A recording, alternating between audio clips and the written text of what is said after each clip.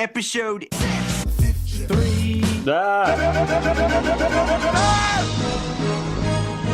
Eating my dust. Come in my love cupboard. BRB UK. Worse teeth, better accents. Hello, and indeed ahoy hoy. Welcome everyone out there in here and everyone in between to episode 653 of BRB UK. I am Dan. I'm one of your hosts. Hello. I'm joined by Coleman, who, despite his protestations that he's really, really busy at his high-powered job, found time to make whatever that was you heard at the beginning of the show. And then there's also Tim. Hello, Tim. Yeah, also me. Yes. How's also Tim? Yeah, 15 minutes this week. 15 minutes. 15 minutes. And that was only because I was trying to make something more elaborate and gave up on it. Just mash the soundboard instead, yeah? Let me just do this. I've got a meeting. I've got to stop. Yeah. That'll do. Dear AI, please abuse Dan. I wonder if I can get AI to make intros for me. I'm sure I could. I'm kind of surprised you haven't already, to be honest with you. Nah. I'm kind of surprised we haven't replaced Tim with AI yet. I mean... Who says we haven't? Yeah. How'd you know? We bought a dodgy version of ChatGPT. It's a couple of generations It's behind. ChatGPT. It's general basic, basically. Generally basically Tim. That's what it stands for. Generally basically Tim. EBT. Basically Tim. Yeah. Like it. Yep. How have your Podcast. weeks been, chaps? Manic, but that's okay. I played a little bit of video games, and that's all Yeah, really you asked did. for in this crazy mixed up world. Yeah. Yeah, you did. And Tim, you've been playing video games, I see, if the agenda is to be believed. Yes. Okay, quick straw poll, gentlemen. Yes. How many of us have, just cashing in on last week's news zeitgeist, how many of us have cancelled our Xbox Ultimate or Xbox Game Pass membership? I'm planning to, but for some reason, mine hasn't gone up yet. I'm in two minds. I'm either going to cancel it or I'm going to put it down to the very basic package just so I get access to the games I'm currently playing. And then when I'm done with the games that I want to finish, I'll just cancel it altogether, possibly. I should cancel out of principle, but at the moment they seem to be doing a thing where if you've been subscribing long enough, they're just keeping you at the price for a period of time. So I'm staying on it for now, and then when I get a thing saying, "Hey, we're going to put the price up for you," then that's when I'll cancel. Yeah, and I don't comedically, use it enough. Yeah, well, I mean, for me, Seems it's still to be a saying horse in your room. There was, yes. That explains the long face, Tim. Before you go in for that one, damn it, I was going to do that one. Yeah. I lost my room shot. And no, I haven't been playing Neverwinter this week either. Thank you. I'm here all week. Tip you waiters. Yeah, mine's still staying. I thought mine looked like it was staying at like the 15 quid it was, but because Gmail loves burying all of my emails in a way that makes it singularly useless to use as an email client these days. There was buried in that, oh, by the way, don't tell anyone, but we're increasing it to 23 quid in November. So this might be your last month of stuff. So, but yes, no, so I just saw Sam Ronin popped in chat. Yeah, I also had the comedy verify your age, despite the fact I've actually had an Xbox membership for more than 18 years, I worked out. Yeah. I know I was late with mine because I used to share mine with a household. Naughty Coleman. Naughty Coleman. I think I must have had mine since like 2008, I want to say. 2008, 2009, around about that point. Quite some time. Anywho, Xbox continues to Xbox. There's been weird reports of stores pulling units from shelves for some reason. There's Are they making an new Xbox? Are they not making a new Xbox? They say they are. Insiders say they aren't. The ROG Ally is too expensive. You almost went Trumpy there. You almost went Trumpy. The ROG Ally is too expensive. 100% tariff on the ROG Ally. Well, no, quite exactly. I mean, the ROG Ally, I'm resisting the urge for that at the moment because I would like to play some of my PC games with a slightly beefier Steam Deck, but I might just wait for the inevitable Steam Deck upgrade. Yeah. It does seem like a good device, but very expensive. Yeah. I think it would make a lot of sense if you still had Game Pass Ultimate and you wanted to play all of that stuff on the move because it's quite capable. But I am, as soon as the price goes up, like you, Tim, I'm probably going to bump it down to the cheapest. But it's one of those things where I put out, I was going to say a tweet, but it's not a tweet because it's on Threads. Whatever a Threads is. But I put out a thing the other day just saying, I don't understand the timing of the announcement. They could not have picked a worse time. Like, literally, for one, they promised they wouldn't do this when they bought Call of Duty. Secondly, no, they didn't. It was just when a massive PlayStation game that was coming out that was probably gonna suck some attention away from them in terms of people will be like, well, I'll be playing this game for a while now anyway, so maybe I don't need my Game Pass as much. The Rogue Ally is just about to hit, and I kind of put it that device is semi-useless without a full Xbox Game Pass subscription. It's not entirely, but it does play a large part into what the device is kind of. I mean, that is kind of like saying the device. That is like saying an Xbox, a PC is useless or an Xbox is useless without the subscription. You can still play games on it. You can still buy games. You just don't have the subscription to use the Netflix of games. But it but depends Game Pass what is a good reason to own one, or gives you a good reason to play games on it for a cheap price. That's why the craziness is that I really want to try a ROG Ally with Steam OS because I hear that's amazing. Yes. Yeah, I and bet you Windows that's apparently incredible. doesn't work well on it. But I don't understand the timing of why they thought it was a good idea to release it now. The only thing I can think because of the pre-orders are done.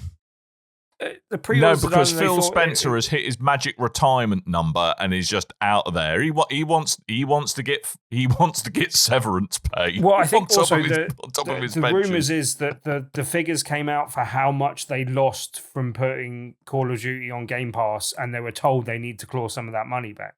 But It was I don't think that's 300 gonna million have they lost, that wasn't effect. it? I just Some don't. stupid number. I don't get it. But it seems ridiculous timing. I just think they are going to end up losing money on that grade. They must have run the numbers and gone, okay, we'll lose this percentage of people, but a lot of people will just not do it. But it's created such a bubble of attention that I think a lot of people that wouldn't necessarily have cancelled just because of the price increase have gone, hang on, oh, this is getting a lot of attention, or there's a lot of negativity. Actually, how much do I actually get and how much am I using the service? And it's made people appraise how much they're using it. And I think they've lost a lot more people than they were expecting to. Well, that's exactly what it did for me. Actually, maybe it's like a lot of these subscriptions. The business model is you rely on people not squinting too closely at what they're paying for every month. Yeah, and that 50% price hike was enough for me to go, hang on, let's actually have a look at what I am getting here. And there we go. But anyway, we have rambled on at length about something that totally isn't in the agenda. And I'm gonna roll the dice and hope for a good outcome here. But I'm gonna throw it to Tim. This could take the rest of the show, Coleman. You've been playing in ball pits. Tell me about ball pits. Ball X pit. No ball pits. No ball X pit. No ball pits. It's ball like when pit. you're on a beach and you need some form of support and you dig a little hole that just you put your banana hammock in. Is what happens? Yes, Coleman. Coleman's got his hand up. I thought it was ball cross pit. Yeah, I mean it says ball X pit, but it is a cross because it's a times X is cross symbol. Yeah, X is cross. Very very angry. It's an angry game. But how do you know it's cross? It's very standard we've been game. using for about 10 years in video games. No. I thought he was just attaching emotional significance to it. I thought he was saying that the X was somehow miffed and was therefore cross. How does he know? I don't know. I'm going on a very Tim tangent here. I don't quite know what I'm doing. Anyway, right, I've turned into Tim. However you pronounce it, ball X cross or ball X pit rather. Ball pit. But either way, it's a very good little game. It's a very much kind of like an Arkanoid style game almost crossed with a Vampire Survivors-esque element to it. Okay. So instead of like roaming around the environment in in any direction, you're scrolling up the screen in a kind of Arkanoid style alley or alleyway or however you want to kind of refer to that. That style of game, and you've got enemies that are eventually firing at you, but initially are just blocks in the way, and you're kind of firing them and making them disappear by hitting them a number of times with the balls that you're shooting out, basically. And you can change the angle of attack, and you can also position your character in that field. So you can move up the field a bit, but there's generally enemies blocking your path when you go up a certain percentage of the alley. But you are then moving around the environment primarily to like change the angle of attack that you're shooting things, but then also to dodge incoming fire as well. And so I have a question. Yep. You said Arkanoid, but there doesn't appear to be much in the way of reflecty things. My view of Arkanoids, you have like a little kind of, it's like Pong, but against a wall. Go back and review your look at Arkanoid. No, Arkanoid is. Am I going mad? Yes. I'm going to Google this shit now. That's what I'm going to do. But generally, it's there are blocks kind of. Yeah, I'm right. You're wrong. What do you mean? It. There's got a kind of a little bat that you move in it. This is you have a person who sometimes has a ball. And I said you have a person that you're moving around the environment. That's one of the. But that's not Arkanoid. Person is the bat. Enemies are the blocks. Person is the bat. You are constantly firing out things. So you also have Arkanoid. special balls. You're going to like a lot of this terminology now. All right, you have okay. like special balls that you shoot out that you can upgrade. Each character has a different starting ball. Generally, the first one you get is a bleed one that kind of makes enemies bleed. The second one you get is a flaming kind of... I can't remember what they actually call it, but it's a ball of flame that makes enemies burn, basically, and gives them burn damage. And you can then pick up to 3 other balls that you can also, as you get further throughout the game, you can actually fuse those balls together, so you get the powers of both of them. And some of them give you, like, it just says, like, Lightning X Vampire, which will give you the 2 things of those 2 balls. But then some balls go together and actually make a specific type of ball. So if you get these, I can't remember what it is, but it's a stone type ball and a pebble flame. They add together, I think it's iron and flame, but yeah, they add together and make a magma ball that has particular properties, basically. Hot and sticky. That means that you can then pick up other balls, but you also get like 4 upgrades that do different things that can be like armor that reduces the amount of damage you take, or different things that kind of give you your balls other special powers or other special properties. Like the ability to go through things, or the ability to make other small balls when you catch them.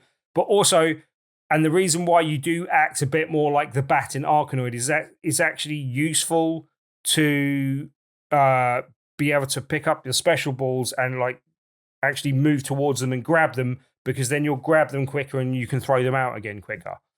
So there is actually some tactical strategy to picking up your balls quickly and firing them off again. But yeah, like it's a kind of roguelike type structure. So each time you die, you go back to the beginning. But then there is a kind of city builder puzzle element type thing where you are getting different buildings, building them, and different kind of areas of crops that you then harvest. And they give you different power-ups that kind of are permanent power-ups for each run, but they also unlock different characters and give different properties to like different upgrades to each character as well.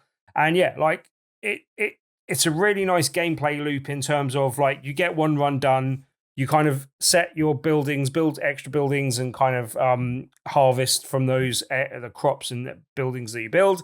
And then that gives you access to more things like other characters and other special power-ups.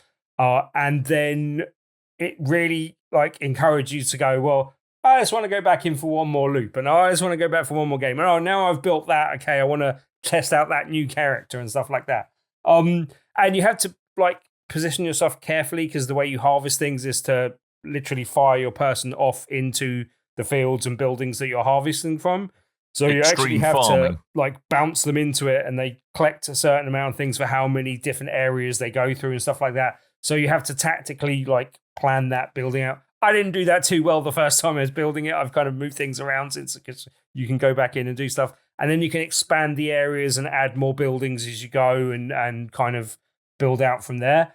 But yeah, like I only played it for a few hours last night, but I got through the first boss because like you kind of replay the same level again, and even when you got through it once, you won't necessarily progress to the next level, but you can do it with different characters and go through again. And I think you have to probably beat the boss twice by the looks of things to unlock the next level. And I haven't done that yet, and I've unlocked a few characters, but I only unlocked one other character, even though I've unlocked the buildings to unlock other characters. I haven't actually done that yet. But yeah, like as I said, gameplay looks great. It's a really good little game. I think it will particularly suit being on a Steam Deck or your Xbox Rogue Ally. I was playing this on Game Pass, maybe one of the last games I review on Game Pass. Right. But I'd heard because I was going to ask if, and I think it was a day one release on Game Pass, as far as I'm aware. Yeah. But yeah, on Ultimate only. Yeah. Curses. But it's really good. Like I've only scratched the surface so far, but I've already seen like how far down it goes, and it kind of the setup is there's a massive pit that you're descending a lift into, and you go further and further down. That unlocks more levels, basically. And yeah, like I already like want to do one more run and want to play it again and want to have another gaming session on it because I want to see what else I can unlock and how far I can go. And like it gets to that thing where it kind of snowballs. Like you have one run where it seems quite tough and you're like, I don't know how I'm going to get through that bit. And then the next run, you pick up a load of things, you fuse them together, you do evolutions and stuff that kind of evolve how the different things work and stuff as well. And then you can pick up like fusion things, which gives you like loads of upgrades at once as well. And then all of a sudden you're an unstoppable monster, and it's like, well, I don't see how I'm gonna die now. Basically, like I am. But immortal. somehow, Tim, you do. Somehow I do. You're special. Not if you beat the boss, but the bosses are kind of a massive, like, big boss that's coming down the screen and firing loads of stuff in you. It's a big like bullet hell thing, so it changes quite a bit when you get to the boss versus like the general gameplay throughout the level. But so far that's been really good. I really enjoyed the first one. As I said, I'm keen to see a bit more of the game, but so far I really highly recommend it. I think it's really good. Because this looks like it'll be all kinds of fun on the Steam Deck. But yes, yeah, I'm kind of I've loaded it up on Steam. I'm kind of hovering over it. I have to say. I think you will love it, Dan, knowing how much you like Vampire Survivors and other stuff as well. So you talk about how it's suitable for handhelds as well as on home. Is it going to be suitable for casuals as well as hardcores? Because it looks quite grindy but easy to pick up. But I don't know if it's going to be. I don't think it's the hardest game. As I said, like some of the like setup and stuff with how you're setting up your like little village area with all the buildings and the thing. As I said, I made mistakes on that I've now corrected, but it gives you the ability to correct that. Also, like the first couple of goes, you're getting used to the game. Like you're only going to be playing for like a couple of minutes, and then you get into the level and it might take like 10, 15 minutes to actually get to the boss. I didn't actually sort of register exactly how long it is, that sort of order of magnitude. But I don't think it's a massively difficult game to play. It's fairly simplistic. You can actually turn on auto fire so you're not having to pump the trigger. You move a bit slower when you're firing, but I found that was quite useful because then you could concentrate on sort of dodging incoming enemy fire. And you can also speed up or slow down the game. So like there is actually different like sort of achievements and different sort of approaches you can take to the level by playing it on a faster level. So you can kind of like ramp up as you go. But even when you're in the level, you can speed up and slow it down just to make it a little bit easier and easier to function. But I don't think it's a particularly difficult game to play. My one concern for playing it on a handheld is, oddly, it would work better sideways because of the kind of vertical nature of the game than it does in kind of displaying it in landscape. So yeah, that's my only slight concern, but I don't think it's a major concern. I think you'd still be fine with it, and it'll be okay.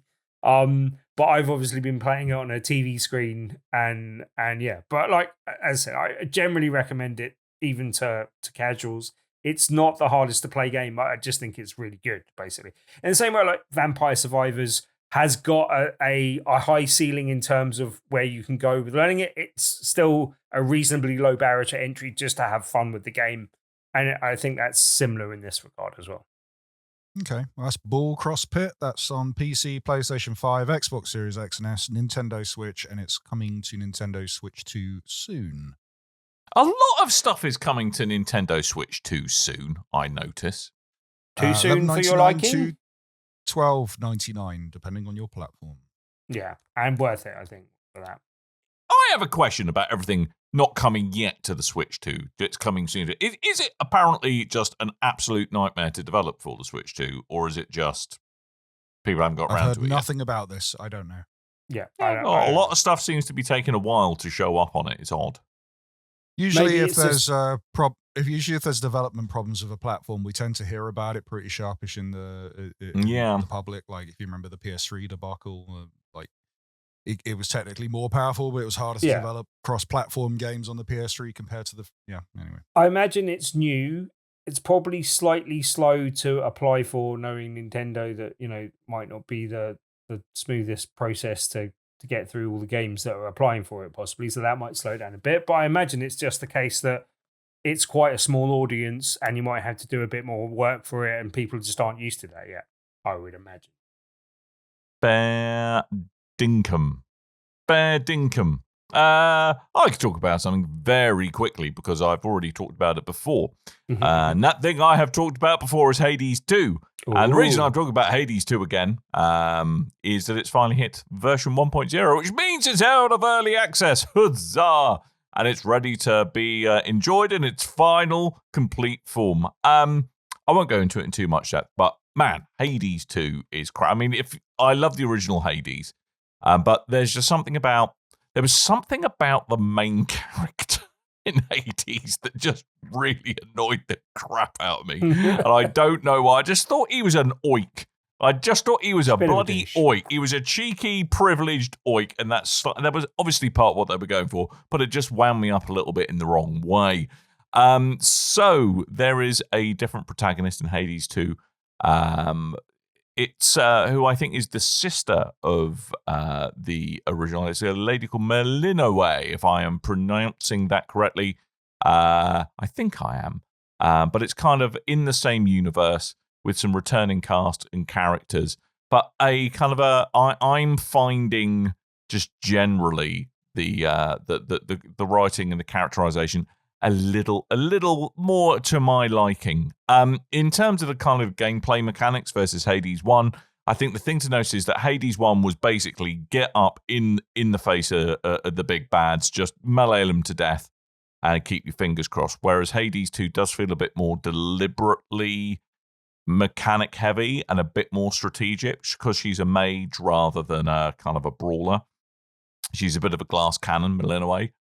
So you've got to really pick your fights appropriately and do a lot more. And the environment and your positioning in that environment feels a lot more important. But I'm really loving it. It's got, again, a wonderful art style. I just love how all the Supergiant games look.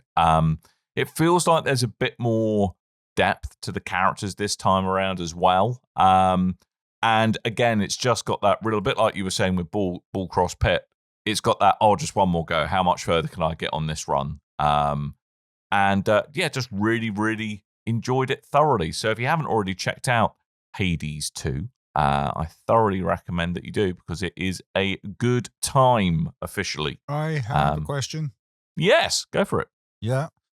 So would you say, I mean, we spoke about Hades 2 a while ago.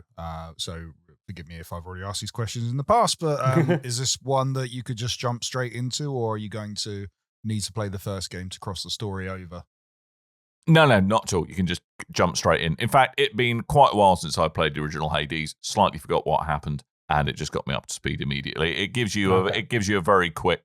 It will help you get grounded in it very quickly, so you won't be wondering what the heck has gone on. But that being said, the original Hades is still a corking game, and you could do a lot worse if you wanted to find out if Hades 2 was going to be the kind of thing that interested you, and you just wanted to test out the Hades universe. So you can probably pick it up for cheap from somewhere now, I'd imagine. And it's a brilliant game in its own right if you do feel that way inclined and want to check out the universe before you get stuck into it. I have a But question, Dan, Mr. Dan. go on. Sorry. Cool. Yeah. You want to go, Coleman? I was going to say, but Dan, the people want to know, how does this stack up to Hellclock? Oh, how does this stack up to Hellclock? It's a very different game than Hellclock, I would say. But Hellclock feels much more polished than Hellclock, which I think has still got a lot better work to do in its end game, whereas this feels like it's kind of got a very long tail to the gameplay to finish everything out. Where Hellclock, you kind of very much feel that you finished the main game and that's it, whereas Hades and Hades 2 have got a bit more of that long-term replayability in mind. In my opinion. I may be wrong. I may be wrong, but yeah, they're both. To be fair, Hades 1, Hades 2, and Hellclock are all stonking games. So yeah, check them out. I'd like Hellclock verified on Steam Deck now, by the way.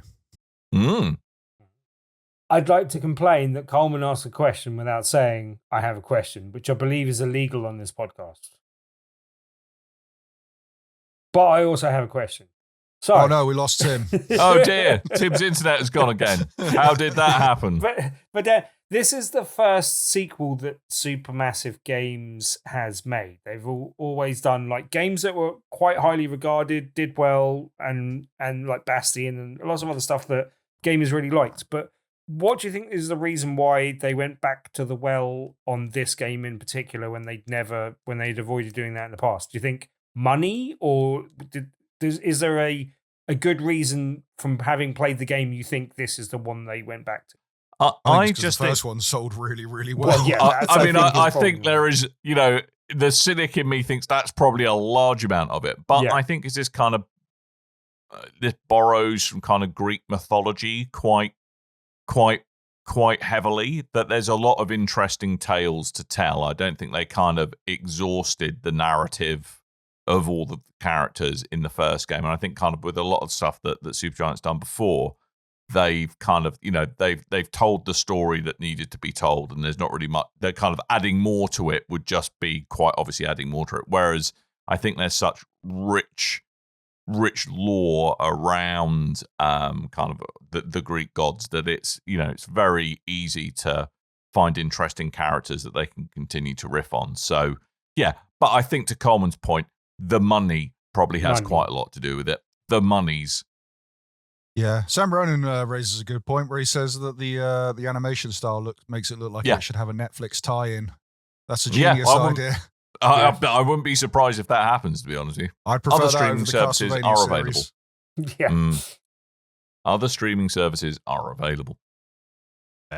So yeah, that's Hades. It's in its 1.0 version now. It's on PC, Nintendo Switch, Nintendo Switch 2, and Mac. Is that on consoles yet? It's not like, when's it coming to PlayStation and Xbox? That's got to be soon, surely. Yeah, I know they had the exclusivity on Switch again, like they did with the last one. Yeah. Yeah, we'll see. I'd imagine sometime next year, I would have thought. Fair enough. They could drop it on Christmas. Be a nice little present. Yes, they could drop it on Christmas. That's what they do. On Christmas. Yeah. Drop it Go on to hell Christmas. for Jesus' birthday. Yeah. Well, I mean, I'd probably want to play this on Steam Deck anyway. So yeah, but it's great on Steam Deck. First one, so I'll just keep going. Yeah. I'll just keep going with Hades and Hellclock until I've exhausted those games and go to Hades 2, Electric Boogaloo, Ladies 2, male protagonist.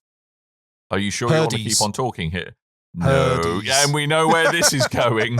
We know where the next what the next thing you're going to say is, and no, We know what number 3 is going to be. They, them, D's. I wasn't expecting that direction. And I then kind all of the feel audience we're applauds. stumbling into a minefield here. Shall we? Yeah. Shall we talk Let's about stumble something out else? of it. Oh, yeah. Let's Every Greek Something god, blown off. every Greek god you approach, they're like, "You're very brave." I applaud you. Okay, I think we should move on, Coleman. Fair enough. Yeah. But you're talking about Final Fantasy Tactics, the Ivalice.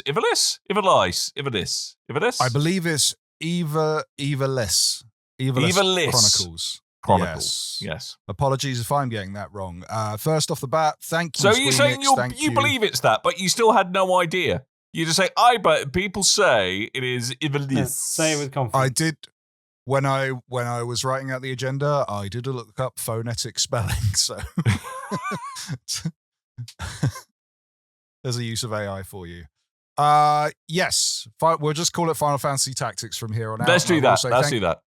Thank you, Squeenix, and thank you, it's Ed, for providing me a code. Thanks, Ed. If you're watching the video version, the footage is playing the classic version, then it jumps into the modern day version. Because you have the choice of both, so that's nice. So yes, I've been playing Final Fantasy Tactics, the latest effort to bring Final Fantasy Tactics back, which I applaud because I have never got on with a series. I've always been with the mainline Final Fantasy games. I've never, apart from Crisis Core, I've never really got into any of the spin-off type titles. So this is a new one for me, and it's been pretty cool. I've been missing out for quite some time. This is something that I probably would have had a lot of time for on the older. This was PS1, wasn't it? Yes, I believe it was. Yeah. I think it Or also even came out on the PS. There was a PSP version as well, Yeah, I think, the which I Lion- distinctly remember Lion playing. something. Yeah, it had a different name on the PSP, but yes, that's exactly it. So this is the idea of taking the usual turn-based tactics format and switching out for something a bit more strategic. You're moving characters around on isometric grids, lining up attacks, and planning several turns ahead, kind of like chess Final Fantasy. It's a bit more XCOM for you, for your strategy heads out there, which is something, again, these types of games I'd never really gotten into until something broke the mold for me, and that was Mario Cross Rayman. Rabbids, whatever it was called. That was don't knock it. That is a cracking game. That is a banging game. I need to go back to the second one. I need to go back to the second one at some point. But I love the first one. I played that whole thing in over a weekend and did all the Donkey Kong DLC. I absolutely loved it. But yeah. Anyway, we're not talking about Donkey Kong and Rabbids and Mario. You are we correct. Talking about Final Fantasy Tactics. This is talked of in very high regards. Basically, people talk about this as one of the best tactic games of all time. So much so, I think it was the State of Play they announced this on, and I was sat there watching it with a man called Rick, and as soon as he realized what this was, he did let out a very excited That's his response to a lot of things, though. Would you like some baked beans tonight? Yeah, it's pretty accurate. Pretty much what he does. So yes, I will say I've been playing this on the PlayStation 5. I do want to double dip and pick this up on the Steam Deck. I would imagine, I haven't looked into it, but I would imagine this plays well on a Steam Deck. I have to look into that. I will look into it for you now. Thank you very much. This is much more suited for me to play this on the go rather than sit at home and play. So the improvements are, if you're looking at the footage, you can see it's a much more smoothed out art style. You've got updated fonts and things. You have a fast forward ability, and there's quality of life improvements like auto. Oh, I like a quality of life improvement. You do like a quality. I love a quality of life improvement, and also voice acting. I don't think there was voice. Yeah, I've acting heard in the mixed original reviews game. about that. No, there weren't. There was. I think that they added that. Yeah. Yeah, a little bit hit and miss with the voice acting. I will say that I've been playing, because you've got the choice of playing it in like the original mode, but it's not the original mode. I think it's more like the PSP version of the game, and then the remaster edition. You have a choice of doing the two. I've gone for the newer version just for because I want to see quality of life improvements and things. And the shiny shines, but I am playing it muted, so I can listen to music instead and just read along rather than listen to the voice acting. I mean, how have you kind of dipped into the voice acting? Yeah, I've listened to enough of it and gone, it's not quite hitting me. And it's also like I mean, Final Fantasy VII is my favorite. And I mean, you're wrong, but because Final Fantasy VI is objectively everyone's better. entitled to their favorites and their own opinions. But I mean, this you're wrong, one, but I'll let it slide. It's more the kind of fantastical medieval style of Final Fantasy, which I can never really get along with. But so there's a lot of yay, verily, the princess. It's a lot of whimsy. There's a lot of whimsy. Good. So yes, along with the other improvements, there's a job system. There's different ways of upgrading. So sorry, I should probably get into it. You've got a main character, you have a party, and your which I will call us. Yes, yeah, your party of characters, and then when you get onto a battle, it kind of sets you up with a grid, and it goes. You have 3 to 5 characters usually. Stick where you're going to put them on the grid, and then you're going to get into a little bit of tactical fighting for some fun times. And you mess around with different character classes in your party, and then along the way, you can pick up new classes and you can pick up new characters. You can hire new characters at taverns. And then you can upgrade those characters. There's the classic experience points to level up your characters, but also there's a job system which you use to apply new abilities to your character using in exchange for a form of experience point. Then there are equipment upgrades. Equipments that you can buy and then put on your characters to carry on with the game. So your idea is to go through and battle along and follow along with the story and build up your party, which is great. Very different for my style of Final Fantasy, like the mainline kind of Final Fantasy that I prefer, because I don't get too attached to all the side characters. It's just like, that's my scout, that's my healer, that's my archer, that's my mage. You can go in and rename them if you want. I'm not really doing any of that. I'm just playing. I mean, to be fair, that's how Coleman addresses tradespeople. He just calls them plumber and builder, brickman. No, I say boss or I say mate. Do you want a cup of tea, mate? You know, biscuit on the side there. Look at you. Someone's going for a promotion. Garibaldi. Yeah, I know you are. That's what I call you if your name's Gary, by the way. Gary Coleman. Anyway, what I find you're going to find here, if you are a big fan of Final Fantasy Tactics, then this is probably going to be a must-play for you, because it's the original that's been reworked to play much more nicer for modern-day systems. If you are a fan of Final Fantasy and you've been looking for a reason to get into Final Fantasy Tactics, this is probably going to be the one again to go for, because it is the first one that's been redone. I am enjoying my time with it. Again, I prefer to play stuff like this on like when I'm doing my commute and stuff, rather than just my dedicated big screen game. So I will probably rebuy this on PC. I mean, I have heard as well, for people who haven't played before, it's actually got a pretty meaty story to it. There's some pretty full-on narrative themes in this. It's actually a really, really well-told tale. So it's worth checking out for a number of reasons, as far as I can tell. For a series that's passed me by since I was a teenager, this is I'm incredibly impressed with this game. So I would recommend it for the aforementioned. You're making me spend money on Steam again. Yeah, I think I like the look of this. I definitely think I'm going to. Well, Tim's got they sent Tim a copy as well. So yes, nice. My sort of game. I haven't had a chance to play it, but I will do so. I'll buy a copy then. Sorry, Dan. Mm-hmm. Yeah. Tim said, "Screw Dan, I'm having that copy." I mean, it's fair enough. He generally has more time to play stuff and review it than I do. So basically, my copy. Yeah, it's fine. It's fine. Horsey rode it's fine. But if you did want to purchase a copy, you can get it now on PC, PlayStation 5, Xbox Series X and S, Nintendo Switch 2, PlayStation 4, Xbox 1, which I wrote Series 1 for some reason, and Nintendo Switch, it's $39.99 to $49.99. Oh. Well, I shall be merrily picking that up for my Steam Deck, I think. My massive deek.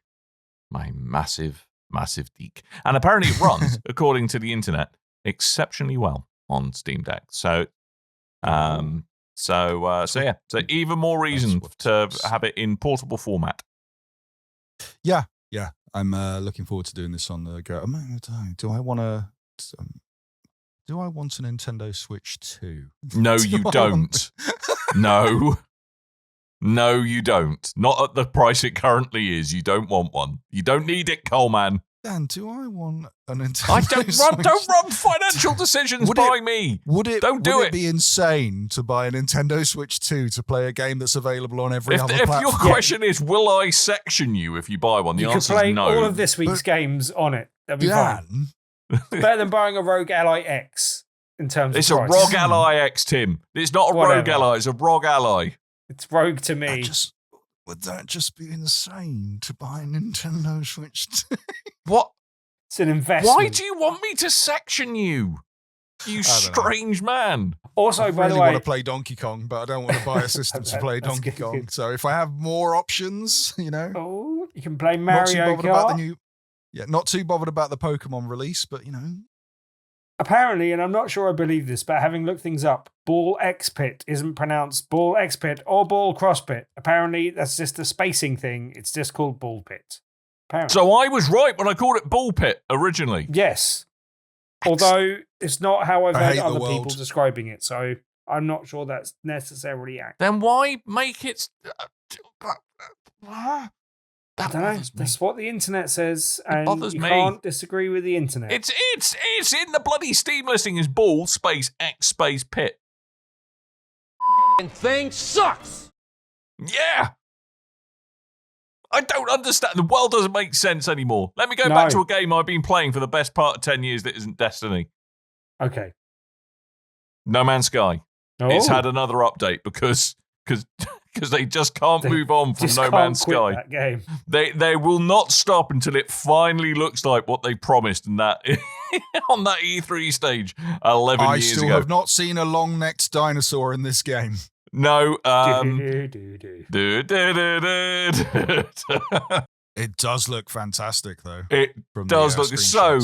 So this is like the 6th major update. It's just absolutely bonkers. So all of the goodness from previous updates is in there. I mean, visually, it's been completely overhauled. It looks marvelous. But the big thing here is that you do actually get to build your own Corvette-class starship. So not like the big honking things you see floating about your capital ships, but also not your teeny tiny ships. This is your kind of middle-sized ship where you can go on fun gallivanting adventures with your friends, all on the same ship.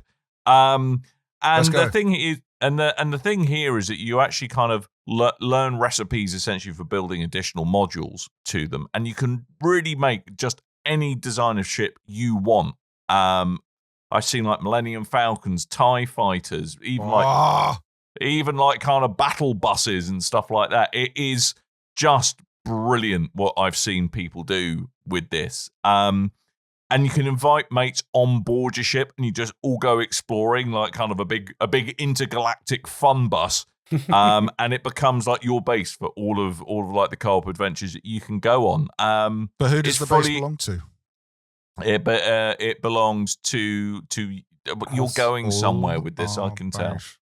All our base, yes, no, well, no, no, it belongs to me. It's my base. All your base belong to me. Yes, all of them. I don't know why I mean, to go with an old reference like that, but you know. Yeah. But no, it's great. You can just really customize it to your heart's content, and you kind of go hooning about in your ship with your mates, and you can all just have fun. It's brilliant. It really kind of makes No Man's Sky the kind of co-op community experience I think it always perhaps should have been. And it's like Star Citizen, except without the terrible scourge of cynical capitalism to it, really, to be fair. And full VR support. Yeah. Don't start him off, for the love of God. And for the first time ever, you can actually space dive from your ship. You can get out. You can do a spacewalk from your ship. Spacewalk.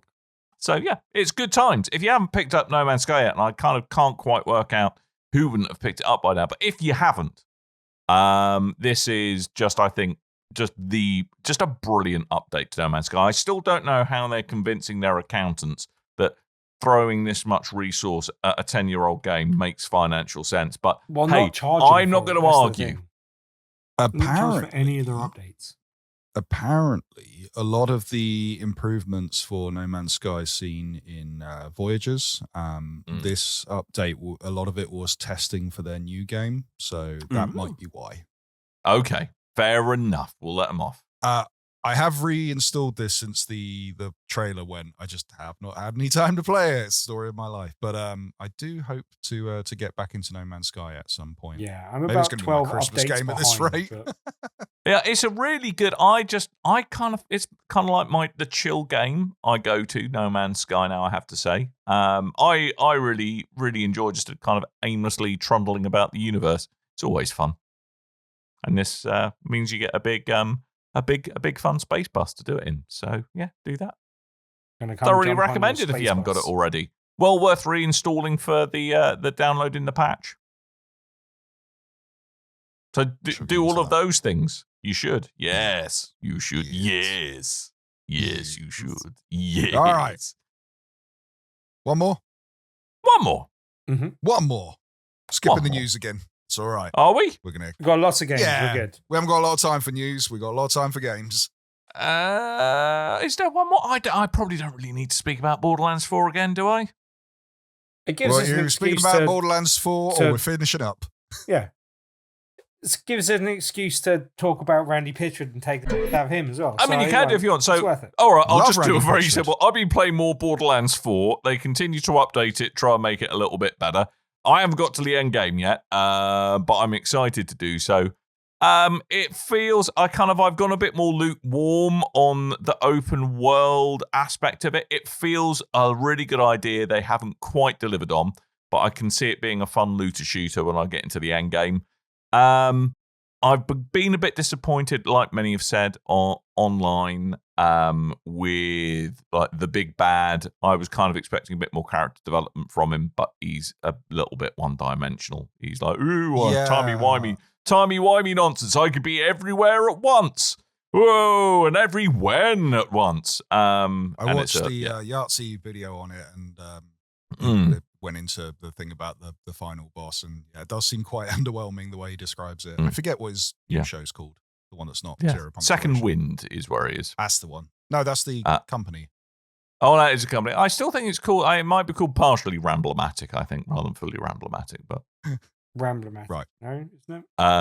Yeah. So, anyway, but I mean, it's they continue to try and keep optimizing it, but it still runs like a bit of a pig, and you have to really get the performance out. But you have to do a couple of certainly on the last couple of updates anyway. Do be happy to trundle around in the command line.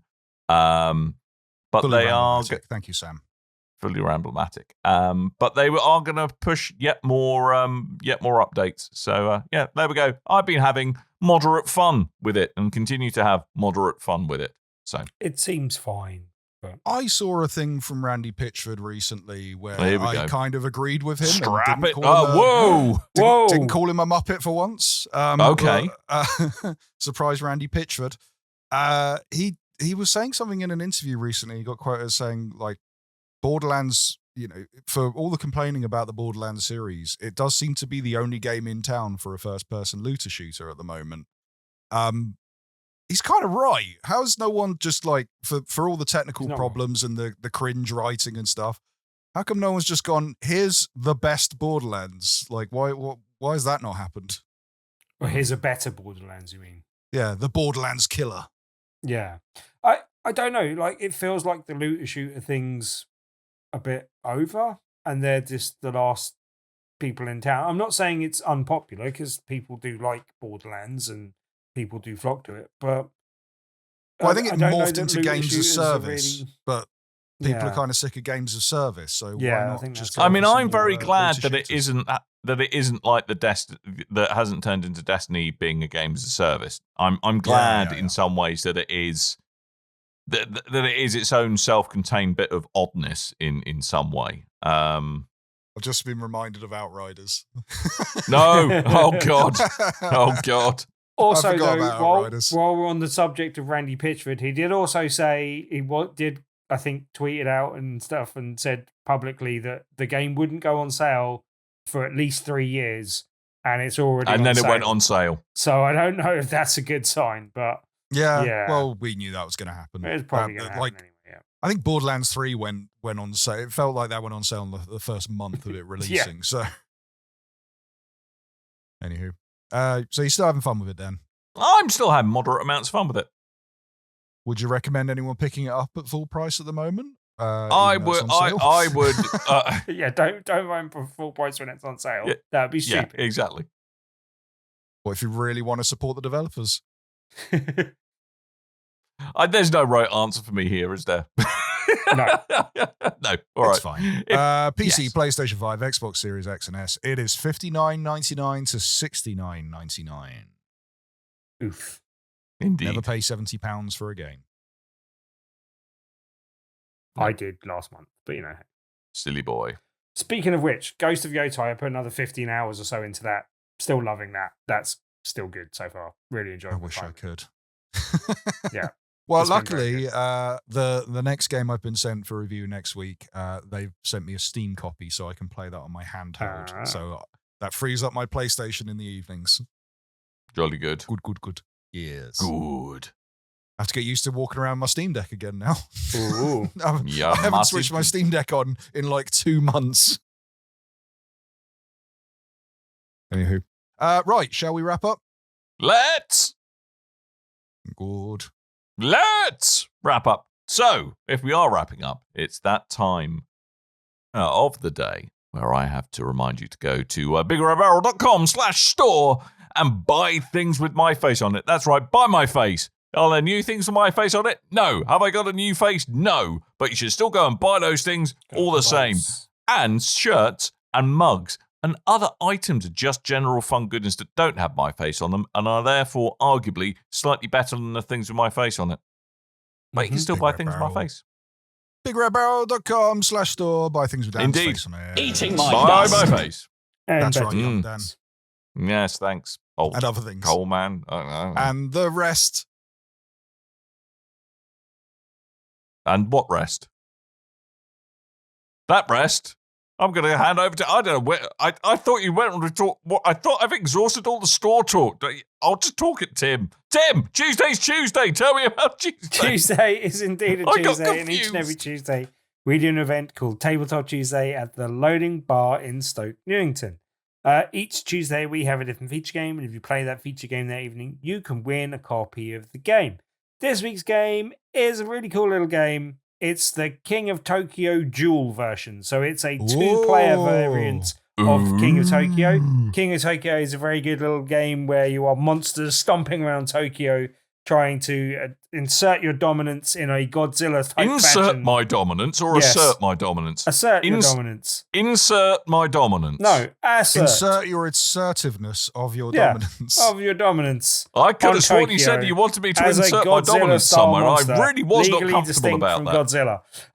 But yeah, this is the 2-player variant. It is a bit different. It plays a bit differently, but it's very fun. If you come along and try it out on Tuesday, you could win a copy just by doing so.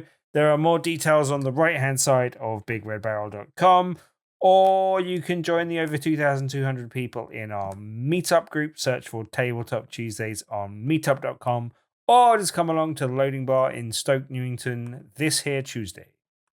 And remember, kids, No. if you go there in person, No. Tim Insert your loves it. dominance into Tim. No. Damn it! I was going to say that. He loves it if you just look at him, look at him in the eye, look at him longingly in the eye, and offer to insert your dominance. Tabletop Tuesday at the Loading Bar in Stoke, Newington. Be there Tuesday for the King of Tokyo 2 player. Is it an expansion or is it a King of brand new Tokyo game? Duel? It's a Well, my separate Dolan game. as well. It Smaller is. box. King I'm of gonna be Tokyo Duel. Do you know what? I may pick up a copy of that for myself because that sounds It's good. Good fun. Lovely. Yeah. Do something Right. for partying this weekend. Bit of 2-player action. Mhm, Wee. Let's. I mean, the original game's better for a party, Coleman. It depends how many people you're partying with. A lot of people, but I thought, how quick a succession, how quick of a game time do you get with this? You reckon could this be over like sharpishly, or is this an hour runtime? Or No, I mean, What do you reckon? I'm not actually sure on this one. The original game I'm is genuinely is I'm around genuinely 40 having minutes for 2 to 6, whereas the 2-player version I think is a bit shorter, but I'm not entirely sure how much shorter. That's why I want short attention spans, shorter game. Okay. Good idea. All right. Blended. If you've enjoyed this show, be sure to go to bigredbarrel.com. That's the website that hosts this here podcast, amongst other things. Be sure to go to bigredbarrel.com, check out stuff, check out things, go click all the fun little icons that will tell you not only about Tabletop Tuesday, but also give you our social media links, where you can find us on absolutely everything that's at Big Red Barrel, including YouTube. If you're watching on YouTube right now, if you're watching the stream, give it a like. Hello. If you're watching the catch up, give it a like, give it a comment. If Hello. if you're watching and not subscribed, what the hell is wrong with you? Subscribe. It will tell you when we're going live. You can catch these shows. It will tell you when the full high quality version is available for you to check out. Go do that. But also be sure to check out our Discord. There's a link at bigredbarrel.com/Discord. That will take you to an invite. You can go there, talk to us. I hadn't looked at the Steam games until last week for quite some time. A lot of them have been claimed, which is great. Excellent. I was worried they were just going to sit there and expire, but I'm glad a lot of people have taken those games. There are I still need plenty of to games. rummage around the back of my humble choice sofa at some point and get some coats that I'm never going to get around to using. Some now. absolute bangers have been claimed. We had the remaster of Dragon's Dogma. We've had High on Life. We've had one of those Dark Pictures anthology games that Tim likes so much. Loads of games have been claimed. Absolute stonkers. So yes, go check us out on Discord. And remember, bigredbarrel.com for the website. Thank you. Yes. Well, that's pretty much it for this week then, isn't it? So all that's really left to do is to remind you that I have been Dan. I might have been Tim. I've been inserting my dominance. Where? Wouldn't you like to know? It's a bit depressing that it's your dominance and no one really knows where you inserted it. And it doesn't sound that dominant. Damn it. Doesn't sound He's that absolutely dominant. done me. He's I've absolutely done you. done me. I've done you. Knob jokes. Anyway, we're going to go. We're going to go now. Thank you so much for tuning in this week or whatever you kids do these days. And until next time, dear listeners, Tuning in. toodle bye.